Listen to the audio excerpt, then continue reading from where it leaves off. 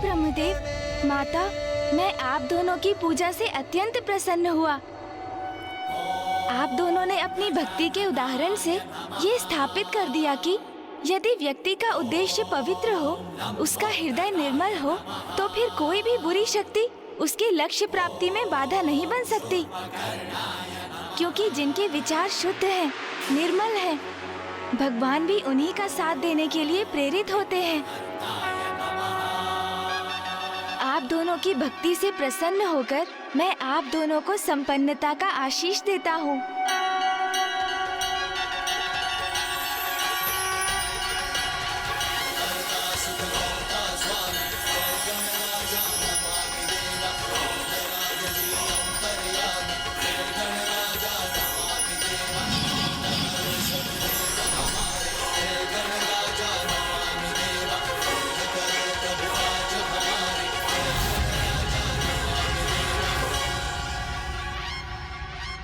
ये सभी तो मात्र सांसारिक वस्तुएं हैं।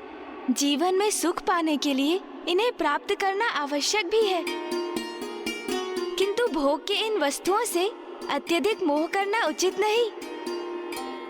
आप दोनों इनका आनंद उठाते हुए भी अपनी भक्ति और निष्ठा को सदा बचाकर रखिएगा, क्योंकि मनुष्य जीवन का परम लक्ष्य तो मोक्ष की प्राप्ति है, और जो भगवान की भक्ति से ही संभव है। मेरा आशीष सदैव आपके साथ है, किंतु मुझे अब यहाँ से प्रस्थान करना होगा माता। आप दोनों का कल्याण हो।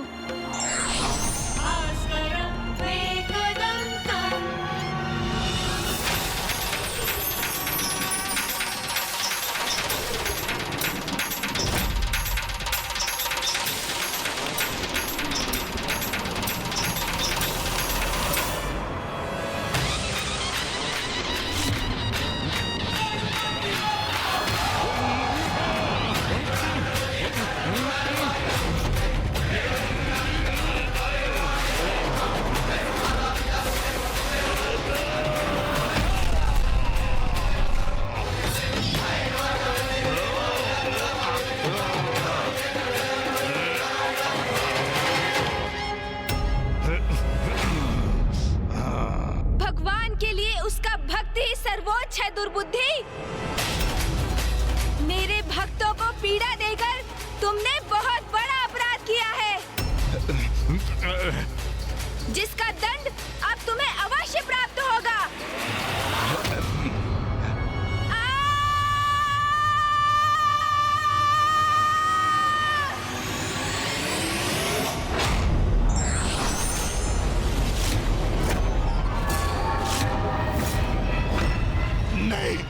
नहीं, नहीं,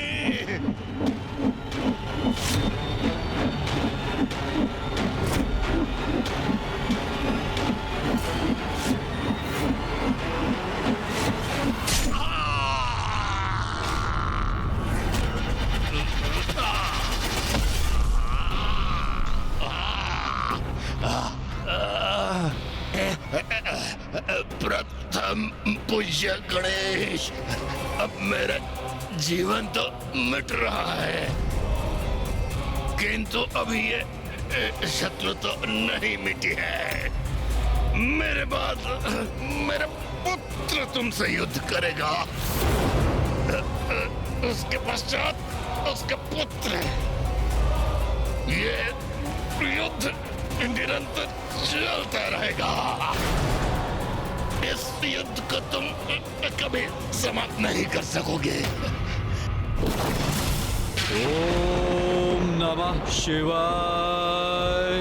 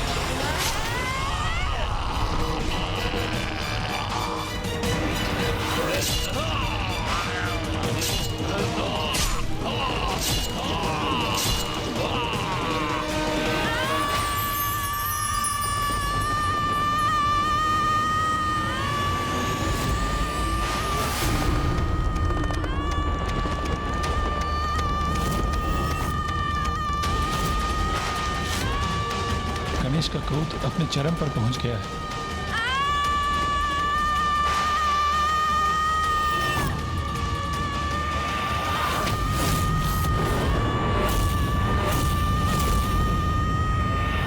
गणेश जी का क्रोध तो गर्जना के रूप में चारों दिशाओं में ध्वनित हो रहा है।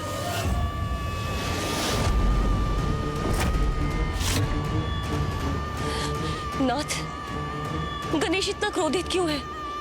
मैं विनती करती हूँ, आप वहां जाइए और गणेश को शांत करने का उपाय कीजिए।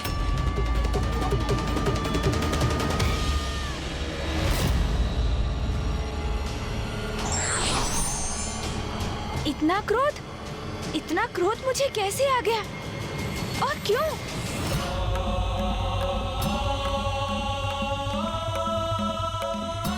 मुझे क्रोध के इस आवेग को थामना होगा। फूफा जी यहाँ हैं, वो अवश्य यहाँ शांति स्थापित कर देंगे। पुत्र गणेश, शांत हो जाओ पुत्र। इतने क्रोधित क्यों हो तुम? ओम नमः शिवाय। मैं सभी को गणेश के विरुद्ध कर दूंगा। मैं गणेश को ऐसा कृत्य करने पर विवश कर दूंगा कि सभी उसको आयुग महादेव पुत्र मान लें, जैसे अभी तक मैं रहा हूं।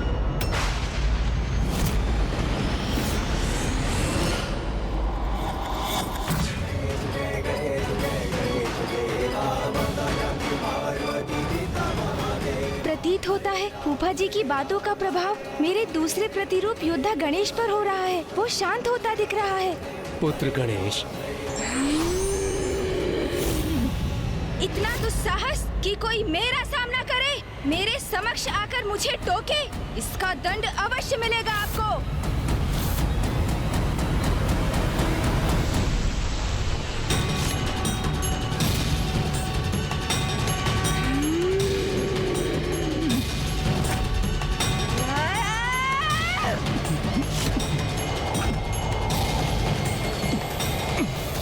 पुत्र गणेश, शांत हो जाओ पुत्र। अपनी श्वास से मेरा खिंचाव बंद करो।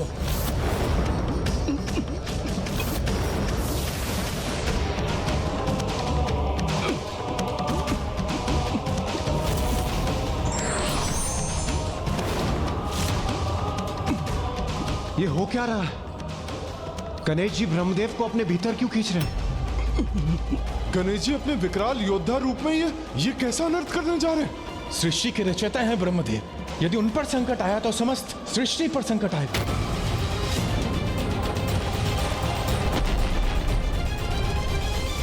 पुत्र गणेश, ये क्या कर रहे हो तुम? आपने मुझे टोका क्यों? क्यों टोका आपने मुझे? ये गणेश जी ब्रह्मदेव के प्रति इतने कठोर क्यों हो रहे हैं? ये कैसा क्रोधावेश है उनका? ये क्या कर रहे हैं गणेश जी? गणेश ने तो जैसे निश्चय कर लिया है, वो शांत नहीं होगा। मेरा क्रोध अभी शांत नहीं होने वाला।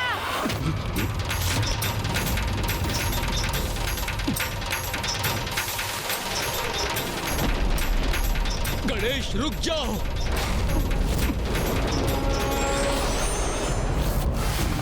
पुत्र गणेश, ब्रह्मदेव को मुक्त कर दीजिए, अन्यथा अनर्थ हो जाएगा। नहीं करूंगा, कदापि नहीं करूंगा।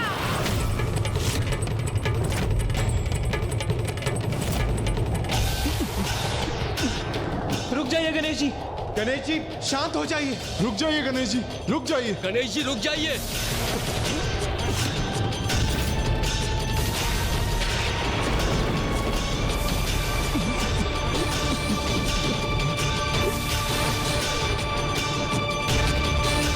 यदि गणेश की सूंड ने मुझे अपने भीतर खींच लिया तो मैं इस अनंत अंधकार में समाहित हो जाऊंगा।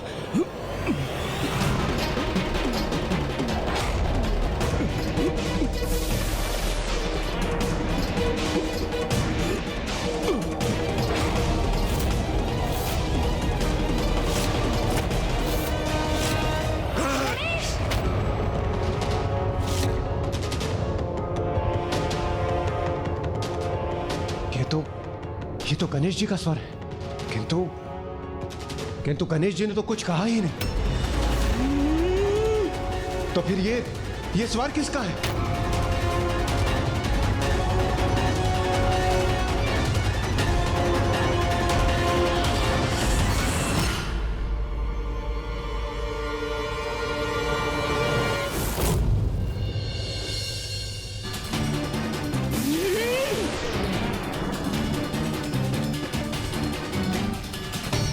एक और गणेश जी? यहाँ दो गणेश जी कैसे उपस्थित हैं? ये कैसे संभव है?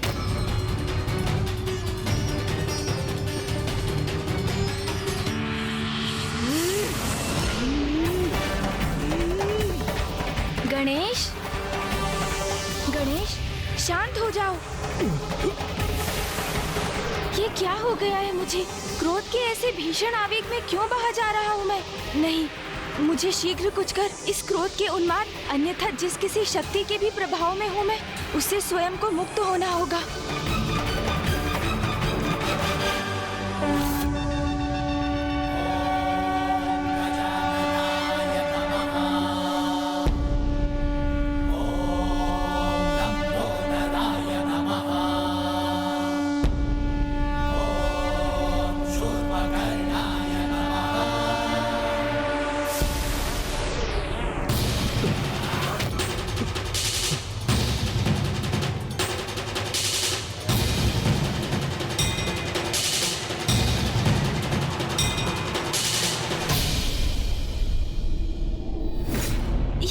ये कैसा अनर्थ करने जा रहा था मैं? क्या हो रहा था यहाँ? फूफा जी, क्या मैंने आपको? हाँ, अपने क्रोध के आवेग में तुम फूफा जी को क्षति पहुँचाने का प्रयास कर रहे थे। मुझे क्षमा कर दीजिए फूफा जी। ज्ञात नहीं अचानक किसके प्रभाव में क्रोध के ऐसे अतिरेक में बह गया मैं। क्षमा कर दीजिए मुझे। गणेश, तत्काल अपनी वास्तविक अवस्था में आओ, अभी इसी क्षण।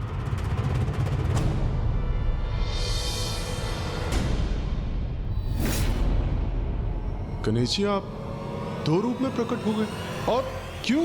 सूर्यदेव, मेरे भक्तों ने मेरी पूजा का संकल्प किया था, किंतु असुर दुर्बुद्धि उनके संकल्प में विघ्न उत्पन्न कर रहा था, तो मैं वहीं अपने भक्तों के साथ रुक गया, जिससे वो निर्विघ्न अपनी पूजा संपन्न कर सके। किंतु मेरा विकराल योद्धा स्वरूप इस संकट को मिटाने के लिए, दुर्बुद्धि का अंत करने के लिए यहाँ प्रस्तुत हुआ। गणेश जी, आपकी लीला तो अद्भुत है। आपने एक भक्त की भक्ति का मान भी रख लिया और दुर्बुद्धि रूपी संकट का भी अंत कर दिया। धन्य है आप। यदि भगवान भक्तों की रक्षा नहीं करेंगे तो संसार में धर्म की सत्ता कैसे स्थापित होगी?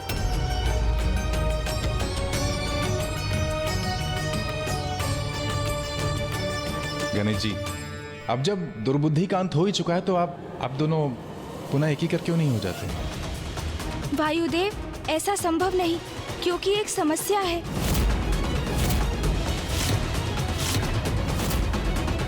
गणेश जी, अब जब दुर्बुद्धि का अंत हो ही चुका है तो आप दोनों पुनः एक ही कर क्यों नहीं हो जाते? क्योंकि वायुदेव, जब तक मैं अपने क्रोध का कारण समझ नहीं लेता, तब तक मैं अपने क्रोध स्वरूप को स्वयं से विलग रखना चाहता हूँ, ताकि किसी के भी प्रभाव से मेरा क्रोध अनियंत्रित हो जाए तो मैं अपने मूल रूप से स्वयं को शांत रखकर अपने क्रोध पर नियंत्रण पाने में सक्षम रहूं। और अपने भक्तों की रक्षा करना तो हमारा प्रथम कर्तव्य है। किंतु अब ये कर्तव्य शेष है गणेश, जिसका उल्लेख अभी तुमने किया। तुम्हारे भीतर अचानक उत्पन्न होने वाले क्रोध का स्रोत शीघ्र ज्ञात करना भी अति आवश्यक है। पिताश्री, आप इसकी चिंता मत कीजिए, ये तो मैं स्वयं करने जा रहा था। उचित है पुत्र, आत्मचिंतन से ही अपने कार्यों का उचित मूल्यांकन करने में सक्षम होते हैं। अपनी भूलों को समझकर अपने दोषों का निवारण करने के लिए प्रेरित होते हैं। इसलिए मैं तुम्हें आत्मचिंतन के लिए एकांत में छोड़ता हूँ। फूफा जी, मुझे अपने कृत्य के लिए ग्लानि कम होगी यदि? पुत्र, तुम्हें ग्लानि करने की कोई आवश्यकता नहीं है। मैं तुम्हें क्षमा कर चुका हूँ। फूफा जी, वास्तविकता में मेरा अनुरोध तो ये था कि आप माँ से इस विषय में कुछ ना कहें, अन्यथा वो मुझे कहीं मेरे प्रिय भोजन मोदक से वंचित ही ना कर दे।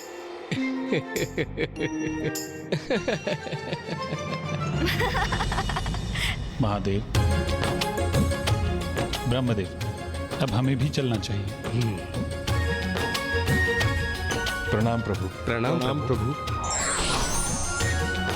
गणेश जी, अब हमें भी प्रस्थान करने की अनुमति दीजिए। प्रणाम प्रणाम।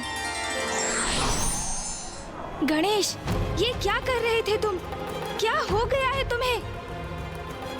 फूफा जी के साथ ऐसा व्यवहार क्यों किया तुमने? फूफा जी के साथ ऐसा व्यवहार क्यों किया तुमने? ये तो मैं स्वयं भी समझने में असमर्थ हूँ कि मुझ पर अचानक किसका प्रभाव छा गया था। क्रोध से कुछ भी प्राप्त नहीं होता गणेश, उसे सदा नियंत्रण में रखना चाहिए। तुम मुझे समझा रहे हो? तुम स्मरण नहीं, जब चंद्रदेव के साथ वो घटना घटित हुई थी तब कितने आवेशित हुए थे तुम? तब मैं भी तुम्हें इसी प्रकार उलाहना दे सकता था ना? मैंने अपनी इच्छा से कुछ भी नहीं किया। मेरे इस कथन पर विश्वास क्यों नहीं करते हो तुम? मुझे ज्ञात नहीं अचानक क्या हुआ था मुझे, अन्यथा क्या मैं कल्पना में भी फूफा जी को क्षति पहुंचा सकता हूँ? बोलो। हाँ, ये तो तुम सर्वथा उचित कह रहे हो। ये अपार क्रोध का चक्र तो कुछ समय से निरंतर चल रहा है, किंतु अब हमें इसके मूल में भी जाना होगा। हाँ, क्योंकि ये घटनाक्रम कहाँ जाकर थमेगा किसे ज्ञात है।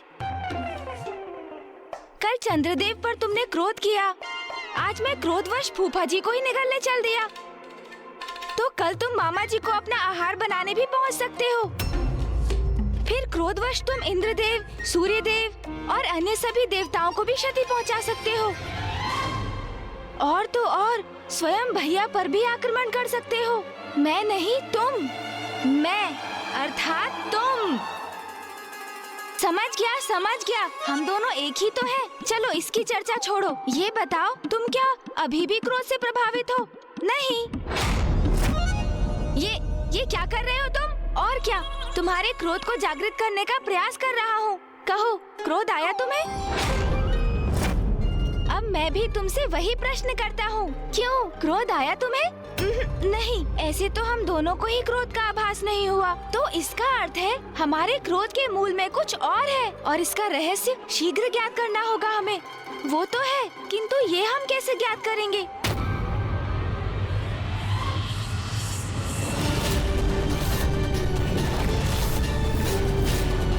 वास्तविकता में उनके दो ही पुत्र हैं, कुमार कार्तिकेय जी और प्रथम पूज्य गणेश जी, जिनके जन्म दिवस का उत्सव यहाँ आज कैलाश में मनाया जा रहा है। गणेश का जन्म दिवस, महादेव का प्रिय पुत्र।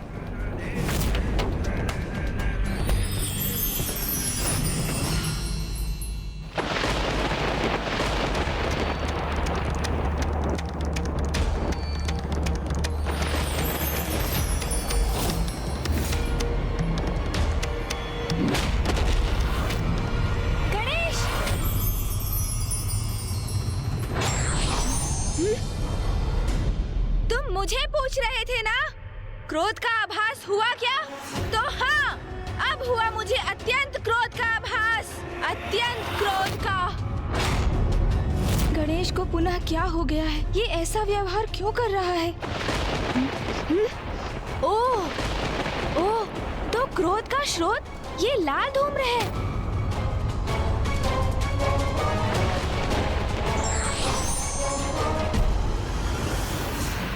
और ये धूम्र तो आकाश मार्ग से अवतरित हो रहा है, जहाँ आकाश इसके प्रभाव से रक्तवर्णीय हो गया है।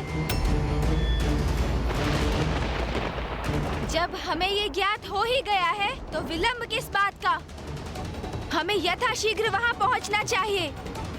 जो भी इस क्रोध का कारण है, अब वही इसके परिणाम का भागी बनेगा। मैं तो उसे मसलने के लिए आतुर हो रहा हूँ।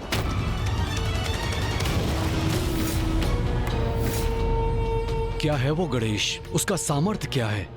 प्रथम पूज्य की उपाधि प्राप्त की है उसने, क्योंकि महादेव का पुत्र है वो। यही है उसके प्रति सभी के स्नेह का कारण।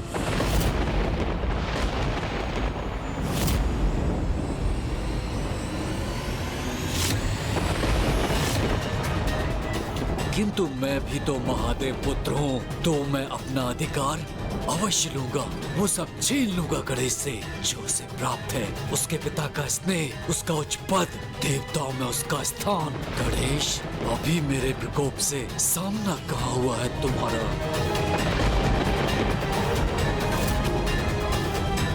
ये जिसका भी दुष्कृत्य है उसे अब उचित दंड दूंगा मैं।